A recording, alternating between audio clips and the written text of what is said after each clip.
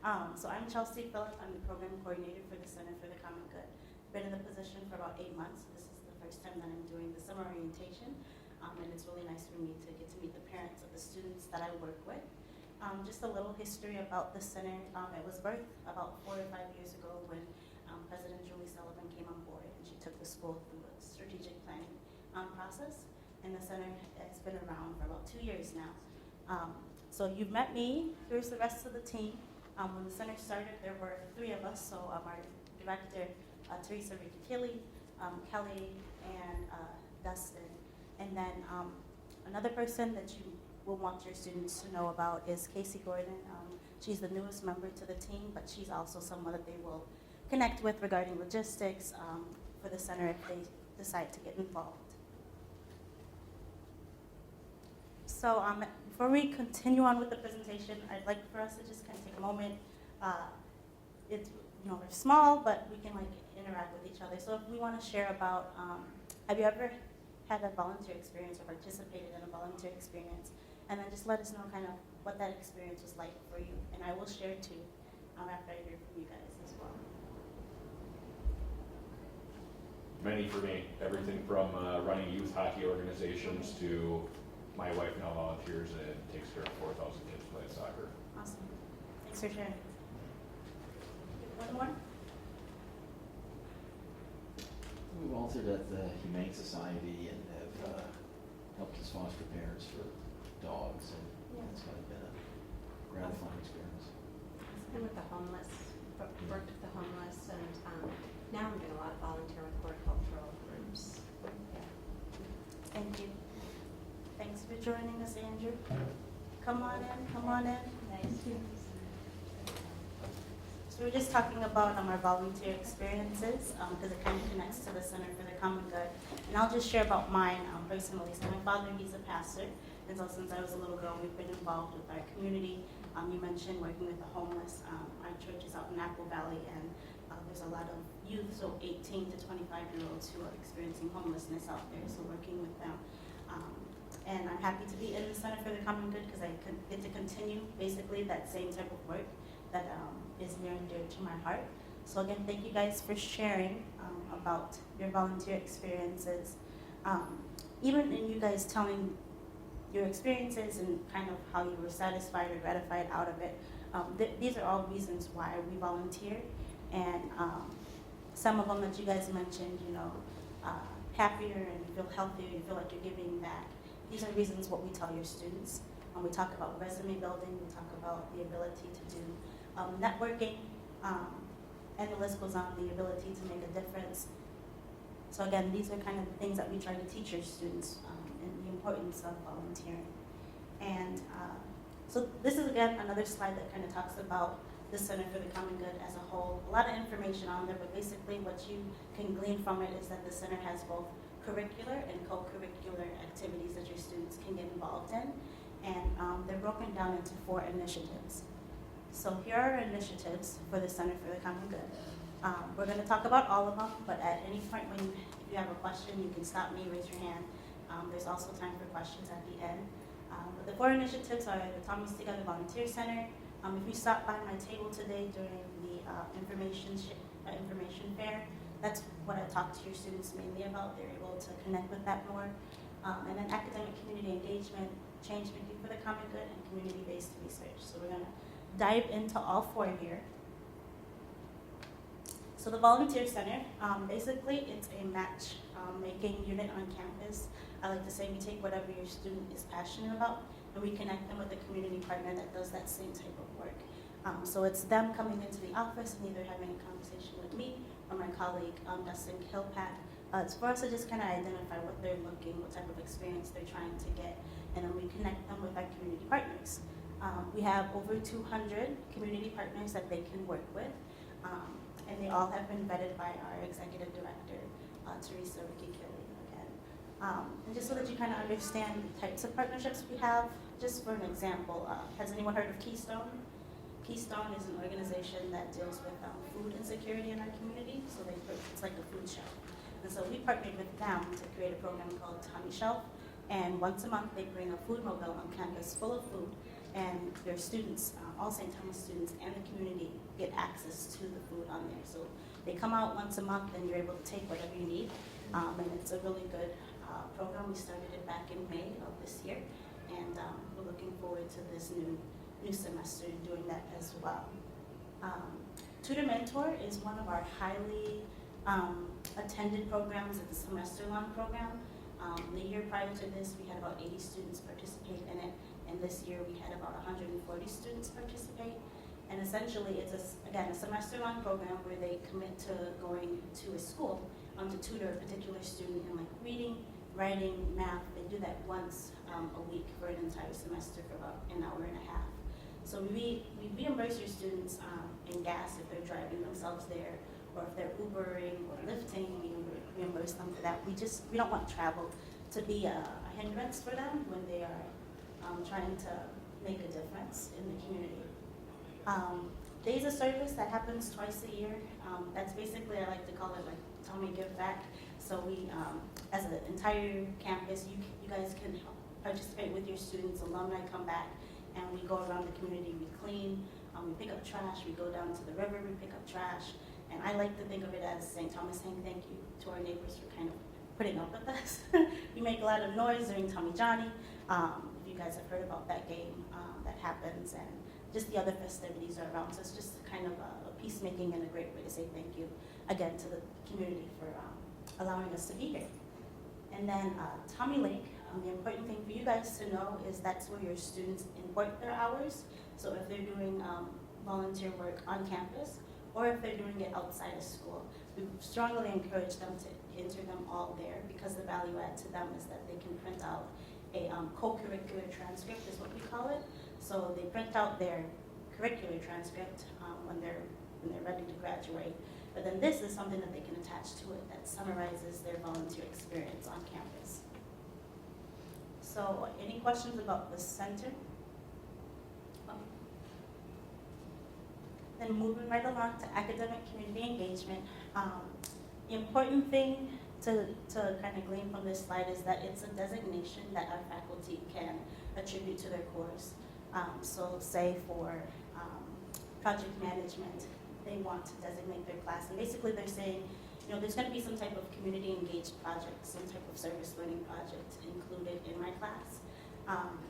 And I can just kind of tell you a story so that you understand how it works. So I'm an alum of St. Thomas, and when I was here, I was a business management and leadership major, and one of my capstone classes was project management.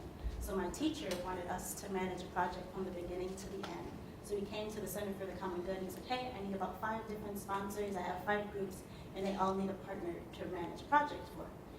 So my partner was a department on campus called Executive Education, and I helped them to develop a 60th year anniversary year of like events. And so once I was done with the project for them, they actually hired me back once I graduated from St. Thomas. And then now, 2 years later, I'm working in the Center for the Common Good, who helped to kind of make that whole experience possible. Hello, thanks for joining us. So when I'm talking to your students, I tell them, you know, always put your best self first. You never know what type of connections you're going to make. Make sure that you're doing a lot of networking. It worked out for me. I'm a Tommy for life is what my faculty and the people who remember me when I was a student here say. So that's just one example of how a course can be designated. Another discipline, just kind of a little bit different, art history. The students partnered with St. Peter Claver to teach the students art because they don't have their own art department or art learning curriculum. So our St. Thomas students went into the school and was teaching the students basically what they were learning in class. So that's another kind of fun type of project that the students got to do in their class. Any questions about this initiative? I'm sorry who came in late, but are these classes you take? Yes, so this is academic community engagement, and it's a designation that faculty can attribute to their course. And the students, when they sign up for the class, get to do a service learning project. Oh, and so which classes would have this academic community engagement? How do you know? So you know by your students use a system called ClassFinder. So when they're looking or building out their schedule, say they're looking for an English class, they type in the English class, like English 101, whatever the title of the course is. when it comes up on Class Finder, it'll say whether or not it's community engaged or change making. So it's an attribute that they'll be able to see when they're looking on Class Finder. It's a 4-letter word that will be listed. So you underneath. can't just type in CUBE community engagement and get all the classes for that? No, so it's different every year because different professors decide to designate every semester. So the list kind of changes. The way that they know is if they look on Class Finder. Yeah. So And just, Big go ahead. class.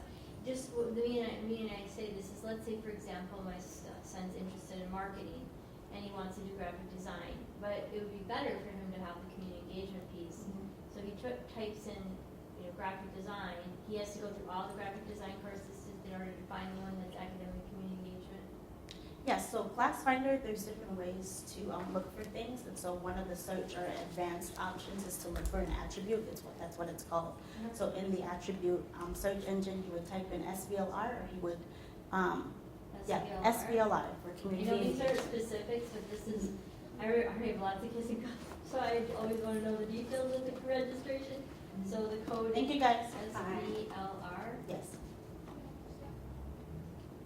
And what, you type it in under what is it? It's called Class Finder. Okay, but Yeah, I then know how to once you get go it. there, then where do you put in SBLR? So SBLR is going to be what you enter in under the attribute search engine. Yeah, I know where to go, it's just, I appreciate the code. Yeah, yeah. Thanks. You're welcome. So we're just gonna continue on because we have about 5 more minutes left here. So the next initiative is change making, and the important thing for you guys to know is that St. Thomas is a change maker university. It's a designation that we received from Ashoka U. And so when your students come to campus, one, we want them to understand that volunteering is change making. And then 2, we want them to understand that there's kind of 4 different areas in which you can do change making. You can do it personally, locally, nationally, and globally. So just for an example on the personal aspect, it can be as simple as me deciding today that I'm going to take my water bottle, my plastic water bottle, and recycle it. Or me deciding that I'm going to engage in conversation with my fellow students about a certain issue in the world. And how can we, as individuals, address this in our everyday life. So that's kind of how we, again, teach your students. It's, again, a new initiative that we have now at St. Thomas. A point of pride for us, though, is that we're going to be hosting the 2020 Ashoka U Conference. So schools all around the world are going to be coming here to St. Thomas to learn more about change making and how do we communicate that to our students as a university. So that's change making. Are there questions about this initiative? All right. And then lastly is community-based research. So these are scholarships they're not funded by St. Thomas, but they're national scholarships that we support.